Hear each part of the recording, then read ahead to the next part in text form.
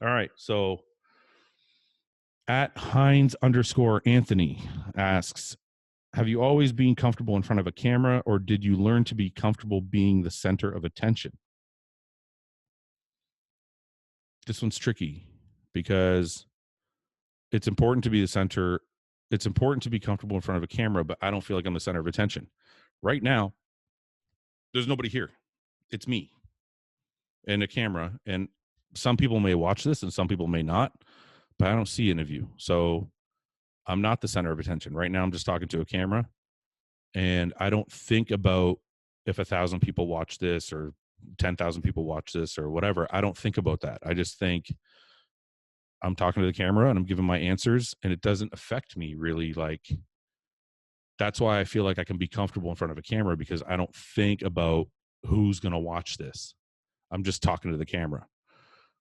I'm not comfortable being the center of attention. If I'm sitting in a group of people and they start talking about me or my career or anything to do with, I get uncomfortable. I kind of like being the guy sitting in the back watching.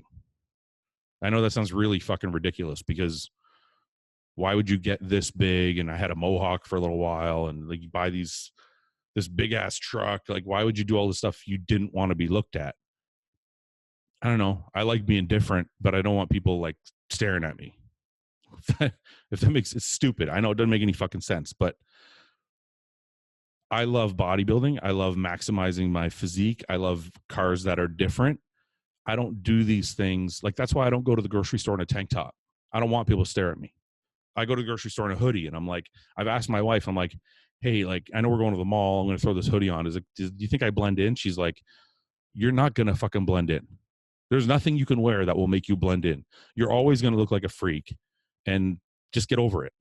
So I'm like, okay, but I still don't wear a tank top because that's going to make it even worse, right? So I don't like necessarily being the center of attention. But when it comes to the camera, there's nobody here. So I feel like I can just talk and do what I have to do and say what I have to say. And I don't think of it in terms of, oh, who's going to watch this and are they going to like me? And part of being comfortable is not giving a fuck. Like, it comes with age too, because once you've done enough things, like I've done enough in bodybuilding that I don't have anything to prove to anybody. So I can just be myself. I can just say what I want to say and what I think, and I don't have anything to prove to anyone. So I don't feel like if people judge me, I don't really care. So, but when I was younger, like in my early 20s or late 20s or whatever, my early 30s, more so in my 20s, I had a lot to prove. So everything everybody said affected me, probably more than it should have. So I think if you guys have trouble in front of a camera, there's two ways you can look at it. One, I'm just going to talk to the camera like nobody's here, because that's always helped me. But two, you have to learn to not give a fuck and be comfortable in your own skin. This is who I am. These are my thoughts. Whoever don't like them doesn't have to watch. They can just flip the fucking channel, man. So that's what it takes to be comfortable. I believe true comfort is not giving a fuck. You know, Dorian Yates said it in his last interview. Real happiness, I forget what the exact quote was, but it was something like real happiness or real freedom or real success is not giving a fuck. And I believe him 100%, because I feel that way. The further I go in my career, the more I achieve in life, the more success I have, the less I give a shit what people think, because I'm like, okay, I don't have to prove anything to anybody anymore. I can just be myself. And that's what I think, if you want to be better in front of a camera, that's kind of the attitude you have to have, is this is who I am, take it or leave it. And then that will help you put out whatever content you want to put out. Because I think people have trouble with content when they're trying to be somebody they're not. When they're trying to portray themselves as somebody they aren't, or trying to portray an opinion maybe they don't really have, but they think will go over well. I think that's when it doesn't come off as genuine, and you have trouble inside, because you're like, this isn't really who I am. I think if you're just being yourself and you're comfortable with being yourself and you're like, I'm confident in who I am, or not necessarily always confident, but at least you're like, this is me. I'm just going to be me. And this is what I really think. It becomes a lot easier. So just be yourself. I know it's cliche and stupid as it sounds, silly as it sounds to be yourself. Just be yourself. That's kind of what it takes. You just be you, just do you. And then things will come off more genuine and it will be a lot more easier being in front of a camera. Number 9, Justin _ Sispack. How do you feel about the body positivity movement? And for those of you who don't know, the body positivity movement is the movement that says, if you're fat, it's okay. That you should be happy and proud of your body, and that's what your body is, and that's good enough. This is not my fucking. I'm not part of the body positivity movement. Okay, maybe I'm a fucking dinosaur, but I think it's bullshit. I think it just gives permission for people to be fucking lazy. Now, I'm not saying you should shame people who are overweight or fat or whatever you want to call them, or you should shame people who whatever. Like, I don't feel like we should be pointing fingers at people and saying, oh, you're fat, you're a horrible person. That's wrong. But if you are overweight and it's unhealthy, I don't mean you should be ripped with abs and you should be taking photos and selfies, and I don't care about all that shit. We're talking about health. If you're overweight to the point where it's unhealthy and you don't like the way you look. Let's say you don't like the way you look. Like, I don't like the way I look. I feel like it's unhealthy, all these things, but I'm proud of who I am and that's good enough. Why? Why? If you're not really happy with the way you look and you're not really proud of the way you look and you're not healthy, your doctor's like, look, you're way overweight. This isn't good. Why would you stay that way? Why would you not work to change it? Like, if I get in the off season, I get too fat. I look at myself and I'm like, I don't like the way that looks. I don't beat myself up about it. I'm not like, oh, you're a horrible person. You're a fat fuck. You this, you're that, whatever. Like, no, I don't do that. And I don't think anybody should do that. But why not try and change it? Right? Like, even on a deeper level, let's say you could say, well, bodybuilders aren't healthy. Okay. Let's say I go to the doctor and he says, hey man, your kidney function is not good. Your liver function is not good. You need to change it. Okay. I'm not going to say, well, that's just who I am. And this is who I am. And I'm a bodybuilder and I have lots of muscle and too fucking bad. And I'm proud of who I am. And you're not going to tell me any different. No, I don't fucking say that. I say, okay, doc, I like what I'm doing. What do I have to do to be healthy while I'm doing it? What vitamins and minerals or medications, or how can I change my diet, or what extra work can I do in the gym? What can you point me to make me healthier, to make my blood work look better, to make my heart function better, to make my kidneys, my liver, whatever it may be? I don't just ignore them and say, no, I'm proud of who I am. You can't tell me any different. Fuck you. This is who I am. You're shaming me. No one's shaming you. This is not good.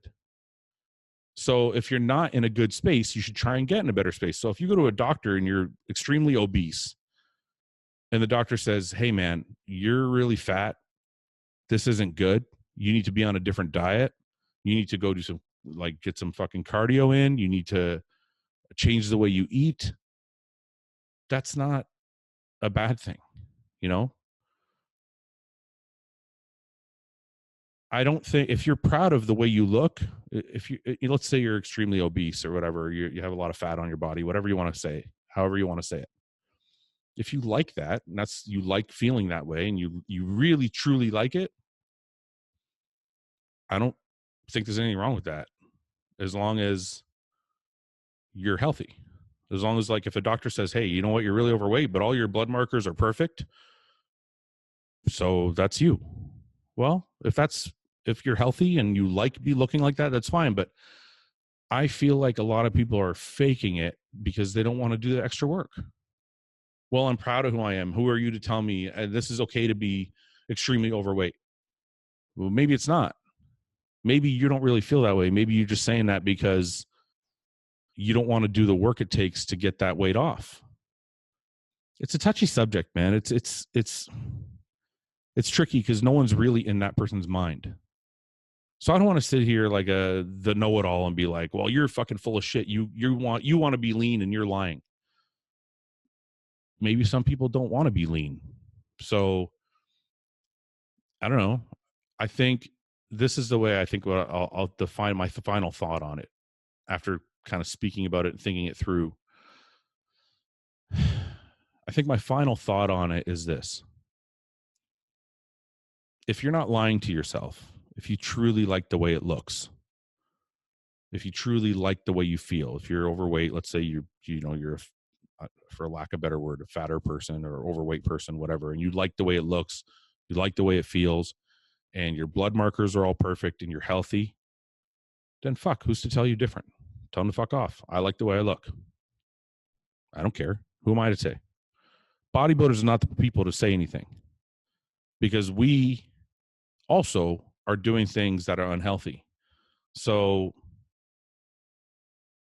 we're not the ones to be like, well, you're fucking wrong. I just think if you're lying to yourself, if you don't like feeling that way, but you've jumped onto this movement because it's an excuse for you to feel better without having to do anything, I think that's not right.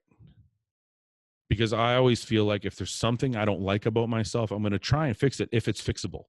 If it's not fixable, it's not fixable. You know, if I have a big nose, if you have a big nose, unless you want to get surgery, it's not fixable.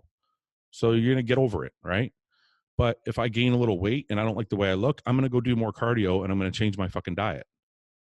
So if you truly, truly feel in your heart, in your soul, that you're like, I like the way I look, I like the way I feel, and you go to the doctor and the doctor's like, you're healthy, there's nothing wrong with you, fucking good on you, man. Be as fat as you want to be, as long as it's not hurting you or hurting anybody else. If you're one of these people that is overweight and you've jumped onto the body positivity movement thing because you're like, oh, this is my excuse to stay fat and I don't have to do any work, then I think that's bullshit. I think you should do the work it takes to make yourself truly feel better. If you truly want to look like that size 4 or size 2 girl that's like, you know, she's lean and toned, you fit, and you like the way she looks, but you're like, I can never do that, but that's the way I really want to look. No, you should work to get there. You should work to figure out how you're going to get there. This is my thought. So I think you should do whatever work it takes to be who you really want to be. If you really want to be a huge muscular guy, do it. Try and stay healthy doing it. If you want to be a big fat dude, then fucking do it, as long as you can do it while being healthy. But I think you should be who you really want to be, not who you're pretending to be because it's convenient. I'm going to send Justin Sipak a hat for that question. I think it's an important question that I think a lot of people need to think through, because we point the fingers at a lot of people. We don't usually look at ourselves. So I think instead of just saying, oh, body positivity is fucking stupid, everybody wants to be lean, maybe some people don't want to be lean. So maybe we need to think it through as people and not be so harsh when we look at people, but also not be so snowflakey. You know, we don't want to be like, oh, don't body shame anybody. Okay, well, don't body shame anybody, but if someone's faking it to be part of a movement because they don't want to do the extra work, that's also bullshit. So there's a kind of a line there that we have to figure out. I think we're all just trying to kind of figure these things out together. All right. Sean at Sean915 give me an interesting question. He says, who is the best ever? Ronnie Coleman. Without a doubt, Ronnie Coleman is the GOAT. If you don't think so, you're not a real bodybuilder. Nobody is better than Ronnie Coleman. And I mean strictly in bodybuilding terms. I'm not talking about who's your favorite physique or if you think the 70s bodybuilders were prettier than the fucking 90s or the 2000s, whatever. I'm talking about in pure bodybuilding standards, the biggest, most muscular, most symmetrical, most proportionate physique was Ronnie Coleman. 2001, 2000 Arnold's, 99, 98, just crazy. Not even fucking touchable.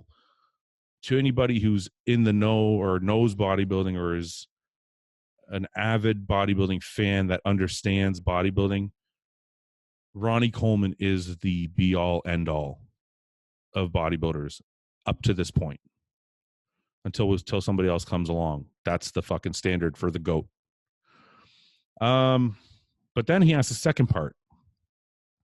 Put together your perfect bodybuilder, and he lists all the different body parts. So I'm gonna attempt to do this because I think it's fun. So he says, put together your perfect bodybuilder with these body parts: legs, abs, chest, back, shoulders, arms, and you're only allowed to use yourself for 3 of them. So first off, I'm not going to use myself for any of them because although I'm proud of my bodybuilding career, I don't think I have the best of any body part. If you're talking about history, I mean, it's just insane, right? So I would be the most arrogant fuck on earth if I said, yeah, I had the best legs, and like, come on. So anyway, best legs, to me, it's a toss-up between Paul DeMeo, Tom Platz, Branch Warren, and Ronnie Coleman. Then you have Kai Green. But I'm going to go with the straight up everybody answer and say Tom Platz. It's just kind of a gimme, man. If you're talking quads, adductors, hamstrings, glutes, calves, it's Tom Platz. Abs, I know a common answer would be Ahmed Hyder, just crazy block abs, but I'm going to go with Flex Wheeler because it's not just the abs, it's the size of the waist. And I thought Ahmed Hyder had a little bit wider waist than Flex Wheeler. I really like the way Flex Wheeler's abs, especially early on in his career. So I'm going to go with Flex Wheeler for abs. Chest, I'm going to go with Ronnie Coleman. If you guys look at Ronnie Coleman in a front relaxed, his chest looks like just 2 big fucking slabs, 2 big squares. It looks like it's like Optimus Prime. Like it's like the Optimus Prime fucking chest. Like it's just, yeah, Ronnie Coleman chest. Okay. And then we go best back, Ronnie Coleman. Sorry, guys. I know some of you say Dorian Yates, and I'm not completely opposed to that, but I think if you take the entire back, the traps, the lats, everything, you take everything into consideration, the erectors, like when you look at his fucking erectors, man, when he does that back lat spread, I got to go with Ronnie Coleman again. So I know I'm probably going to get a lot of flack for that because there's all the Dorian Yates fans, and I'm a Dorian Yates fan, but Ronnie Coleman's the fucking shit. And then we go with shoulders. I'm going to go with Jay Cutler. I'm going to go with Jay Cutler delts because, again, in his front relaxed, I think he made his structure a lot wider than it really was because his delts were so fucking massive. And it's one of those body parts that just I don't think can be too big. So I'm going to go for Jay Cutler for shoulders. And then for arms, I'm going to say Phil Heath. Or I'm going to say Phil Heath or Rolly Winkler. Rolly Winkler's arms are pretty fucking silly. But Phil Heath, I think overall, when you take the forearm, the bicep, and the tricep, it's pretty fucking nuts, man. Just the detail, because it's not just the amount, it's not just the size. It's the amount of detail. I would say Ronnie Coleman because his bicep peaks were fucking silly, but his triceps just didn't have that thickness. I mean, they were thick, but they just didn't have the right shape that I think a Phil Heath or a Rolly Winkler have. So I'm going to say Phil Heath for best arms. So that's my bodybuilder. Tom Platz legs, Flex Wheeler abs, Ronnie Coleman chest and back, Jay Cutler shoulders, and Phil Heath arms. So I'm pretty sure A whole bunch of people are going to disagree with me, but that's the beauty of bodybuilding is we all get to have our own opinion. So we're going to do a few more questions, guys. We're getting a little heavy here in time, but number 11, Adam Witten says, how do you find your way back to the gym after taking a layoff? I've had a hard time getting back into the groove. Okay, this is going to sound like a really asshole answer. If you love training, if you love bodybuilding, if you love the gym, it's not hard to get back. You miss it and you want to get, like, it's like saying, how do you find your way back to pizza? If you love eating pizza, you're just going to order a fucking pizza. You're going to eat it. Like, it's not, I know it's probably a bad analogy, but like, I don't understand that thought process, because trying to find your way back to the gym, like trying to find a reason to go to the gym, would mean that you don't really enjoy it. And you're doing it more because of some other purpose, like you're trying to lose weight or you're trying to like look good or whatever, but you don't really enjoy training. If that's the problem, is you don't really enjoy training, but you're doing it for another reason, then you just have to have the discipline. There's no ifs, ands, or buts about it. There's no trick. You just have to wake up one day and go, okay, you know what? I got to get back in this routine. So I'm going to go do some cardio this morning, and then I'm going to go train later, or I'm going to go train, do my cardio at like 4 or 5 o'clock, whatever your situation is. You just have to go. You just have to get up and fucking go. There's no like trick or like thing that like us pros do to get us in the fucking mood. Like, no, I just like, if I take a couple days off, like for whatever reason, and I'm like, man, I feel like a fucking lazy ass, I got to get back to the gym. I just force myself to get up and go do cardio that morning. And then that gets me back into the groove of being in the routine of going to the gym and doing my cardio and whatever. And then I can just do it every day. But that's only if you don't like it. If you like going to the gym, I don't know what the problem is. You missed it for a month, or you missed it for a week, or whatever it is. You should have no problem getting back, because you miss it. You should miss it. You should be like, man, I miss going to the gym and I miss training. And if you don't miss it, there's other ways to lose weight and there's other ways to look good. Go do something else. Go fucking shoot hoops. Like, go swimming. Maybe you want to be a swimmer. Maybe you want to be a jogger. Maybe you want to, if you don't like training, don't force yourself to go. There are other ways to lose weight, and there are other ways to get in shape. If you like training, then this is kind of a silly question, because it's just like, okay, if you like doing something, go fucking do it. Just get up and be like, I miss training. I miss going. I'm going to go now. If you're only doing it because you're like, I want a men's health physique type body, or I want to look like a bodybuilder or whatever, you're probably not going to last, man. Like, this isn't the kind of thing, like, bodybuilding is not the kind of thing you do and then stop, because your body, the effects don't stay. If I go to the gym and I look phenomenal and I get ready for a show and I look shredded and peeled and everything's right where I want, as soon as I stop going, I return to looking like a bag of shit. So if you don't enjoy training, why force yourself? Because you're not going to force yourself the rest of your life. You might force yourself for a week, a month, a year, off and on for 2 years, whatever. Why? If you hate it, don't fucking do it. And if you love it, you don't need a reason or an excuse to get back there. Just go back there. And if you hate it and you want to get in shape, find a different fucking hobby. Find a different exercise outlet that you do enjoy. Maybe you want to do hot yoga. Maybe you want to go fucking whatever. Maybe you want to play fucking flag football with your friends. Who cares? The point is, this isn't a lifestyle you can force. Like, and if you do force it, I've been around people. I had friends who did it. They're like, oh, I want to look great. And they force, it only lasts a couple years, max a few years. Then they're like, this sucks. I don't want to fucking do this anymore, because they don't really enjoy it. They don't really love what they're doing. And none of us pros would be pros if we were trying to force, like the guys you see on Instagram that are shredded, that look awesome, that like, and I don't mean once, you just saw them once and they just disappeared. I mean the guys you always see, like the celebrity guys, like, like the fucking guys like the Regan Grimes and like the Bradley Martins, and these people that you see, they're just always in shape. They always look great. They love training. This is not like a job for them. They're not like, well, I better go get in shape because I got to take an Instagram photo. No, they love going to the gym. It's nobody had to talk them into going. Nobody had to motivate them to wake up and go to the gym. They like going and lifting weights.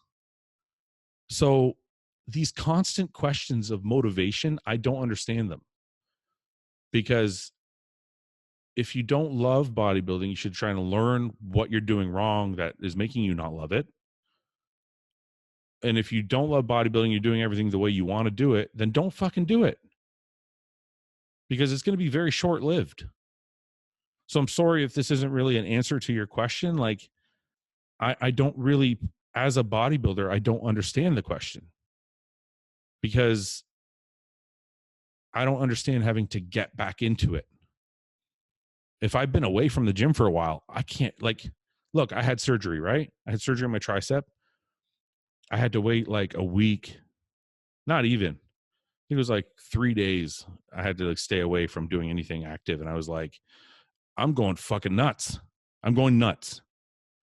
I need to get to the gym. And on like the 4th day, I got up and did morning cardio. You guys have watched my journey on Instagram. If those of you who follow me, I couldn't stay away from the gym. I wanted to get there. I'm like, I got to get something done. I got to get a sweat going. I got to get the blood moving. That's why I don't understand these questions of motivation. It's something you either love doing or you don't. And if you don't love doing, do something else, man. Get in shape a different way. Plus, most of you can get in shape just by eating better. So I'm sorry if I don't have a better answer for you guys, but it shouldn't be hard for you to get back to the gym if it's something you love.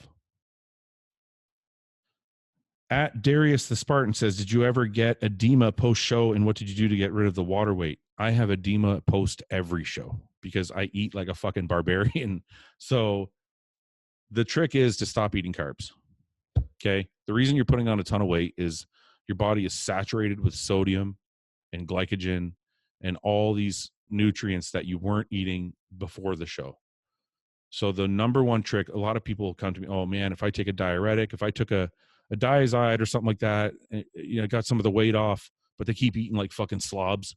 So they have to take a Diazide like every fucking day. That's destroying your body. Don't take drugs to counter a shitty diet. It does not work. Okay. I tried it. When I was stupid, I tried it.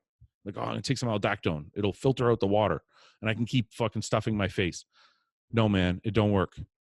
You don't have to eat clean, but if you binged your fucking ass off, you need to go do some cardio, just drink some water, and you need to cut your carbs down. Like, I'm not saying you have to reduce them to 0 or anything, but like, you got to reduce the sugar, man, so your body can start to filter out some of that water. If you ever notice people on keto diets, they're fucking dry as fuck all the time. There's no sugar, there's no carbs, there's nothing like soaking that water up, for lack of a better scientific term. So if you're having a post-show weight gain and you're retaining a ton of water, don't start taking a bunch of diuretics. What I suggest is a little bit of cardio to start filtering that glycogen out, train, get some weight training in, start burning some of that glycogen that's stored, and cut your carbs down, man. Cut out all the simple sugars, cut your carbs down, and just that way your body can start to filter out some of that glycogen and like get rid of some of that water weight. But as long as you're stuffing yourself full of like candy and chocolate and fucking cereal and you're eating like 1,000 grams of shitty carbs a day, it's not going to work. It doesn't matter. You can take a fucking Diazide every day. Your body's going to put the water back because you're going to rebound from the Diazide. So you're going to keep putting that water back. And the whole time you're destroying your kidneys. So yeah, just cut carbs down, cut sugar down, train, a little bit of cardio, and just give it a few days. Let the water just filter out. It's going to take like 3 days because your body's going to keep rebounding for a few days. And then the 3rd or 4th day, it'll start to filter out. And so you got to be strong enough to not eat a bunch of shit for probably like 3 or 4 days. Let your body start to get it out. So that's that. I got a few more online that I wanted to answer that I thought were pretty good. So at Aesthetics with Ends asks, what would you consider your prime growth years with all the supplements and everything considered? How many pounds of muscle were you gaining each year to year? This is a great question because I decided There are too many people that think they can put on 10 pounds of muscle in a month or 15 pounds of muscle in a month, or like some of the stupid shit I see online now, people promoting 20 pounds of muscle in a month. Fuck off, man. Fuck off. Don't lie to people like that. Don't lie to people and tell them if you took all these SARMs and all these drugs and all these steroids, you're going to gain. You're not going to gain 20 pounds in a month. Not muscle. Not of pure muscle tissue. Not going to happen. And I'll bring on any other expert on my podcast and ask them, and any other real expert, real bodybuilding enthusiast, real bodybuilder or bodybuilding scientist will tell you it's never been done. And I have yet to see it done. And I'd love to see that actually proven before somebody starts to try to promote that shit. Anyway, so this is a great question for that reason. In my prime, my best years, and I'm not saying I was 100% awesome. Like, I'm not like Evan Senapani where I'm like, everything is perfect all the time.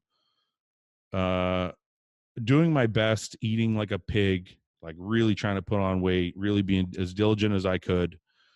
I was putting on for the first, there was a period of time, probably at about 5 years in my 20s, where I was putting on 10 pounds a year, 10 pounds of stage weight. Like, there was 1 year I put on more. I think from 23 to 24, I went from 205 pounds on stage to 219 pounds on stage. That was probably the biggest jump, because after that, it was increments of like 8 to 10 pounds, which is still a ton of muscle. Like, you guys understand, 8 to 10 pounds doesn't sound like a lot, but when it's actual muscle tissue, it looks like a lot on your physique.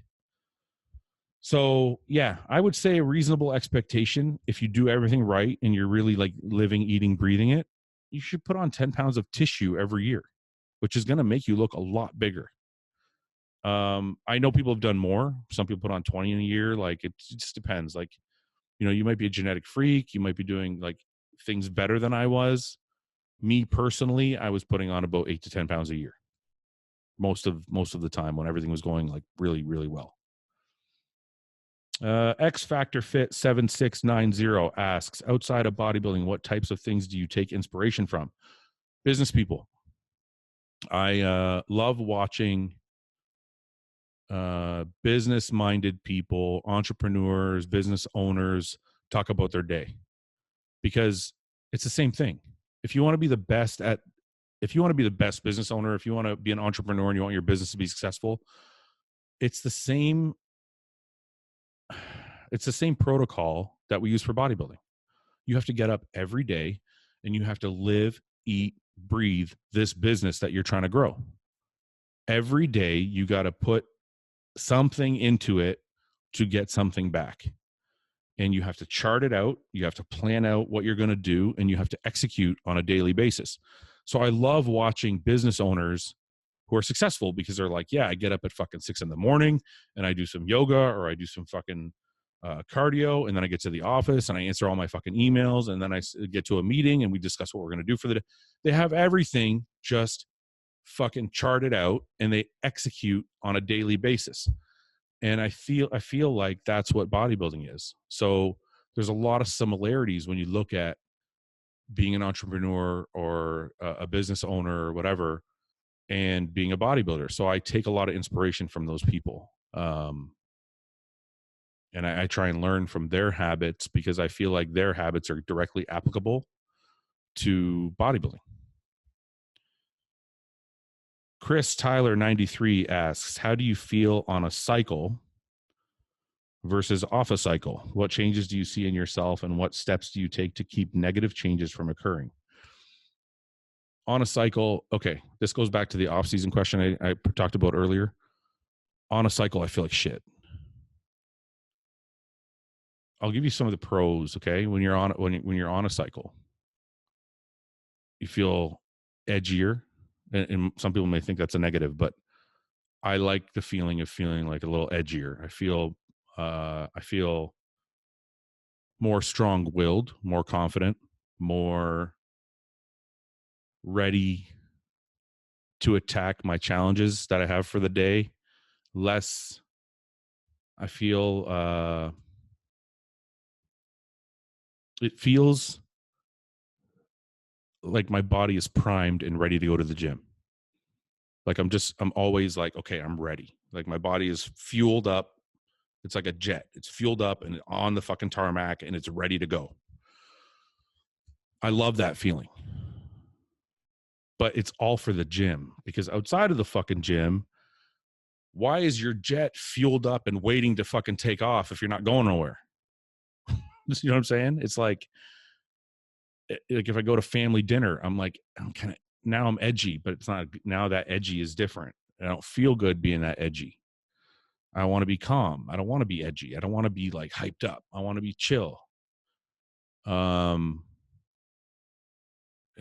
know, you're like, your body is primed. So like when I'm on my way to the gym and I'm like kind of already sweating and like kind of like get excited, I'm like ready. I'm like, that's awesome. But when I'm at a fucking function and I'm like sweating and I'm like, everything feels saturated and swole, that's not a good feeling. You're like, no, man, I want to chill, right? So there are pros and cons to being on a cycle. Now, what I'll tell people is just like the off season, when you're on a cycle, that 1 hour a day you're in the gym makes it all worth it, because there's a lot of shit that I don't like when I'm on a cycle outside, like in my regular life, right? Like I don't want to be edgy and I don't want to be snappy with my wife, and I don't want to be like, I just want to feel calm, right? And like is like a different filter in my mind. Like it's like more clear when I'm off. So I don't necessarily like that feeling of being wound up all the time unless I'm in the gym. Then I like being wound up and I like being crazy and I want to fucking lift and I want to go nuts. Right. So off cycle, it's the reverse. My 23 hours a day are awesome. I'm thinking clearly, I'm getting work done. I'm like, cool. My relationships are good. I'm not like edgy with anybody. Like, and everybody, listen, this is just my experiences. Everybody's going to react to being on or off differently. This is just me. I'm a higher strung person. That's where the hostile thing comes from. I'm a very aggressive person. I'm aggressive in like everything I do. So when I'm off, I don't feel that aggression. It's more chill. And I don't mean anger. Aggression is different from anger. Aggression is like, if I want something, I fucking chase it, right? When I'm off, I kind of feel relaxed. I don't have that aggression. I don't have like, I'm not as touchy with people. I'm not like, but then when I get to the gym, I don't have that fucking, I'm not that jet on a fucking tarmac. I'm like a fucking Cessna that hasn't been fucking, the propeller hasn't been spun yet. So I'm like, I'm just this shitty plane, just like sitting there, like, and I'm not raring to go, right? I don't have the engines aren't fucking fired up, and I'm ready. Like, it's not like that. So it's the trade-off. It's just, again, it goes way back to the first question about, or second question about sacrifices. I don't like being enhanced, okay, in my daily life. And some of you may, when you're younger, you're in your early 20s, you're like, fucking feel like a fucking pit bull. I'm wound the fuck up. It's great, right? In my daily life, I like feeling normal.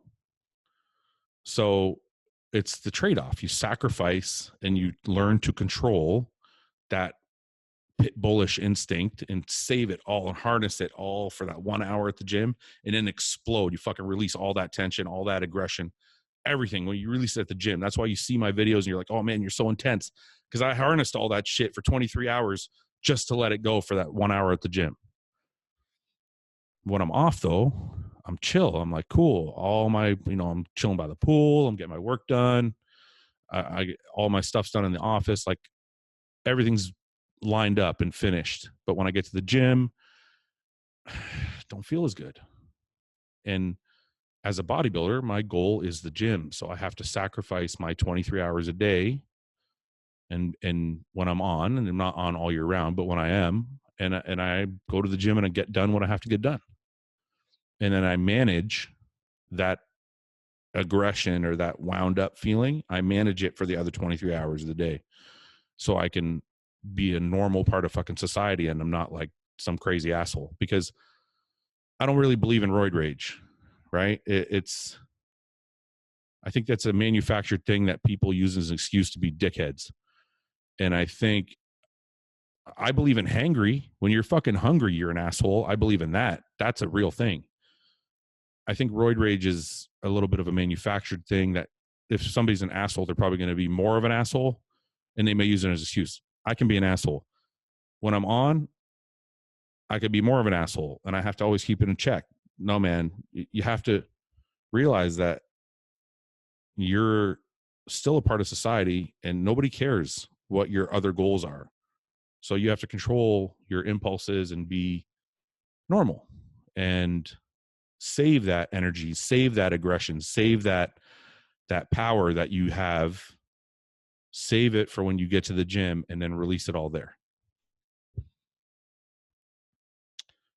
Nerdy Strength. I think this is we got two more questions. So Nerdy Strength asks, how old were you when you took the step to becoming enhanced, and what factors influenced you taking that leap? So back in the day, I was bouncing, and there was a bunch of guys that were on gear, and I thought it was the worst thing. I was like, oh no, I can't believe they're on gear. I was maybe a little sheltered at that time. And it was a strange thing. I was like 19 or something like that. And I was like, nah, man, I'm not getting into that shit. You guys do that shit. I'm cool. I'm just like skipping rope, and like I like being in shape. I wasn't bodybuilding yet. And then when I turned 20, I went and saw my first bodybuilding show, and I decided I want to bodybuild. I was like, I want to do a show. My friends were like, you can't do a show unless you do this shit. Like, because everyone's doing this shit. That was my line. Maybe I could have tried and done it naturally. I didn't even think of that. I just thought I got to do what everybody else is doing so I can compete. Because, if it's like playing golf with golf clubs from the fucking 30s. Are you playing golf with golf clubs from the 30s or from the fucking 2000s? Like, what are you doing here? You know what I mean? Like, are you driving a race car from 1920, or are you driving a race car that was built yesterday? And that was my mindset. I'm like, well, if, this is the fuel the race cars are using now, I'm going to use that fuel too. And that was all it took. It wasn't some major fucking decision. I didn't want to do it for no reason. I didn't want to do it to look good at the bar. I didn't want to do it to impress girls. I didn't want to do it because my friends were all doing that already. Back in the day, all the guys I was bouncing with, they're all doing it just to like be bigger at the so they could be bigger bouncers. They wanted to be bigger, stronger bouncers. They wanted to pick up more chicks at the bar. I didn't want to do that. I thought, like, that's fucking stupid. It's not, because it's a serious thing. You're not talking about a fucking joke. Like, this is you're injecting your body with hormones and doing all these things. And I think if you don't respect what you're doing, it can hurt you. It could hurt you anyway, even if you respect it. So you have to really make this decision wisely. And for me, the decision was, I want to compete. I want to be a pro bodybuilder. And this is what I feel. And I'm not saying everybody does, but I'm saying this is what I feel I have to do to be on that level. So I did what they were doing so I could compete. And that's really all the decision came down to. All right. So last one. Jake_Nor asks, for people that want to let me see if I can paraphrase this for him. I think he's asking, for people that compete as pros, do you still follow a 12-week cycle protocol?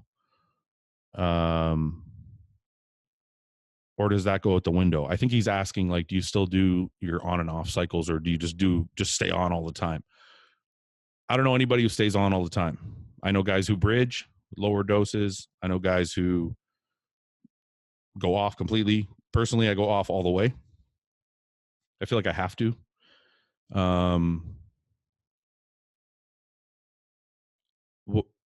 My personal belief is you can go off, get your blood work done, check everything, check it when you're on, check it when you're off, make sure everything is healthy.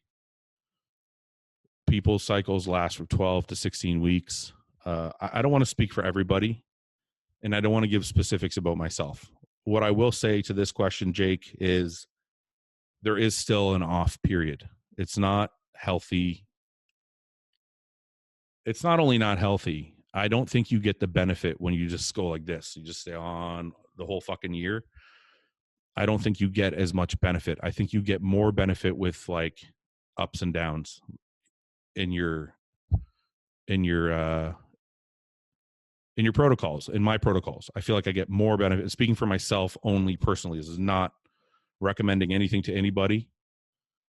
Speaking for myself only personally, I feel like I get more benefit with ups and downs than I do with just staying on all the time. I don't think that is a beneficial thing for anybody. I'm sure some people have done it, but I don't feel like it's an accurate or a beneficial way to do things. That's going to wrap up the Q&A, guys. For future reference, I just want you guys to know, like, talking about enhanced stuff is in PEDs is tough for me, okay? Because I don't feel, it's not that I want to hide it from you. A lot of people think it's about hiding it. There's a lot of legalities that go into discussing these things, okay? So I don't want to get into you should do this or you should do that. I don't want to hurt anybody. I don't want anybody to get hurt based on anything I said to people. That's why I feel like it's really dangerous for some of these people that go out there and they tell people, you know, do this protocol and do that protocol and you should do this much of this and this much of that. It's really dangerous. This is a thing that I feel like, it's not that I don't want to help people. It's that it's really tricky and it's a sensitive topic and it's a dangerous topic. And I think for each person, they need to learn as much as they can about it and make their own choices. I don't want this Q&A to become about PEDs, and I won't answer a whole bunch. I'll pick a couple here and there that are a little bit more vague. I don't want to get into like hard specifics. This channel's not about that. But I also do want to give you guys some information because I care. And I want people to be healthy and I want people to try and healthy, right? But I want people to try and do things the right way so they don't get hurt. And I want to put out accurate information because some of the information out there is so fucking out there that I don't want people to think that pros are on all the fucking time. Because if you watch some of these other channels, you would think that. You'd be like, man, these guys are taking fucking all the shit all the time, all year round. Fuck. I'm trying to give you guys the truth so that you go, oh, wait a minute. This other guy over here isn't a pro. He's not big. He's not really, doesn't really have any experience, but he's saying to take all this stuff over here. But Fouad has been doing it for 20 years and he's a pro and he's, you know, this big, and he says you don't have to do it that way. I'm trying to give you guys an option because I feel like these other people are just selling you a bag of fucking goods. So I'm just trying to give you the real shit. But I also don't want to get too far into it, and I don't want this channel to become about that. So like I said, I'll touch on it here and there. But for next week's Q&A or for the future Q&As, please don't think that I'm going to answer all those questions because I'll only pick a couple. I'll only pick a couple here and there that are a little bit more vague just to try and put out some real information for you guys.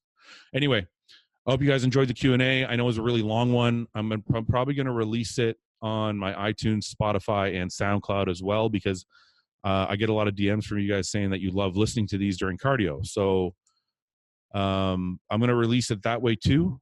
And I hope you guys enjoyed it. And also I also want to thank the winners, Justin CPAC, for his question. And I also want to thank Molly Lauren Fit for her question. I will send you guys both a hat free of charge, free shipping. Just send me a DM. Justin _ CPAC, CSIPAK, and Molly Lauren Fit. Send me a DM and I will get those out to you as soon as I can. Thank you guys for watching. Until next time, sacrifice without regret. Train hard, guys.